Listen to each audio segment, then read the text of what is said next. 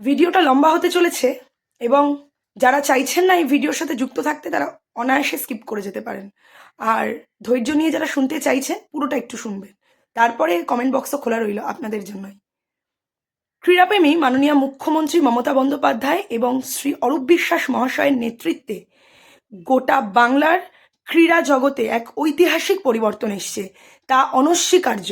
এবং সেই পরিবর্তন কোনো কথায় আমি আজকে বলবো না, তুলে ধরে দেখিয়ে দেব ডেটা সমেত কীরকম কি পরিবর্তন এসছে।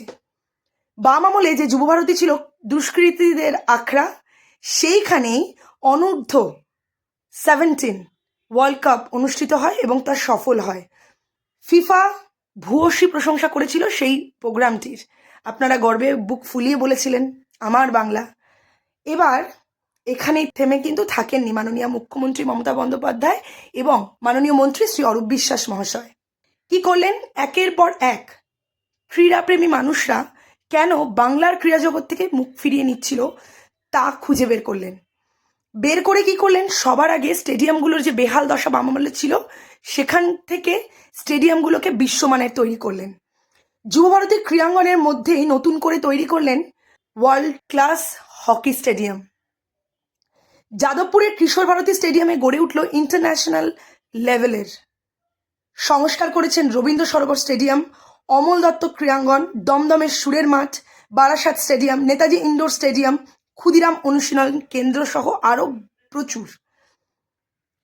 এবার যেগুলো ছিল সমাজবিরোধীদের আখড়া, সেগুলোকে যখন এত সুন্দর করে সাজিয়ে তুলছেন, মন্ত্রী তখন ভাবলেন শুধু মাঠ ভালো করলে বা স্টেডিয়াম ভালো করলে হবে না, ইনফ্রাস্ট্রাকচারে বদল আনতে হবে।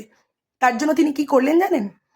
বেঙ্গল ফুটবল একাডেমি খড়দাতে খুললেন, বেঙ্গল আর্চারি একাডেমি ঝাড়গ্রামে খুললেন, যাতে গ্রাম বাংলাও পিছিয়ে না থাকে। মাথায় রাখবেন ঝাড়গ্রামের কথা বললাম। বেঙ্গল টেনিস একাডেমি সল্টলেকে, বেঙ্গল টেবিল টেনিস একাডেমি সল্টলেকে, সুভাষ সরোবর সুইমিং একাডেমি বেলেঘাটায়।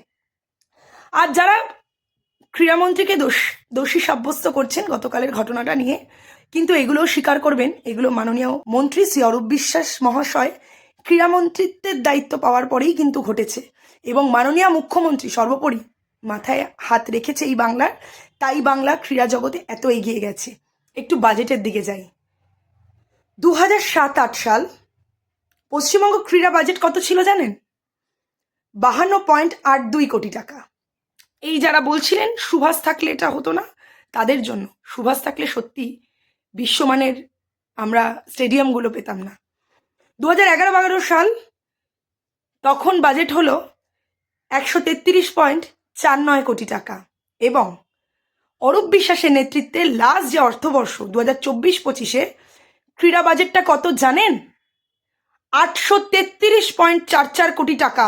আমরা গর্বিত আমাদের ক্রীড়ামন্ত্রী অরূপ বিশ্বাস মহাশয় এবং আমাদের মুখ্যমন্ত্রী মাননীয়া শ্রীমতী মমতা বন্দ্যোপাধ্যায়কে নিয়ে, যিনি একজন ক্রীড়াপ্রেমী মানুষ। আরও ছোট্ট দুটো পয়েন্ট। ক্রীড়াবিদরা যখন আঘাত পেত, তাদের ট্রিটমেন্টের কোনো স্পেশালাইজেশন ছিল না এসএসকেএমে। তার জন্য আন্তর্জাতিক মানের স্পোর্টস মেডিসিন সেন্টার করে দিয়েছেন এই মাননীয় ক্রীড়ামন্ত্রী শ্রী অরূপ বিশ্বাস মহাশয়। তাই যতদিন সত্যের জন্য লড়াই দিতে হয় দেব। এবং যে বেসরকারি সংস্থার জন্য গতকালের এই মেস ঘটেছে, তার জন্য যথাযথ শাস্তি দাবি করব। যা ফুটবল প্রেমীদের আবেগ নিয়ে ছিনিমিনি খেলেছে এই বেসরকারি সংস্থা, তাদের কোনো মতে রেয়াত করা যাবে না।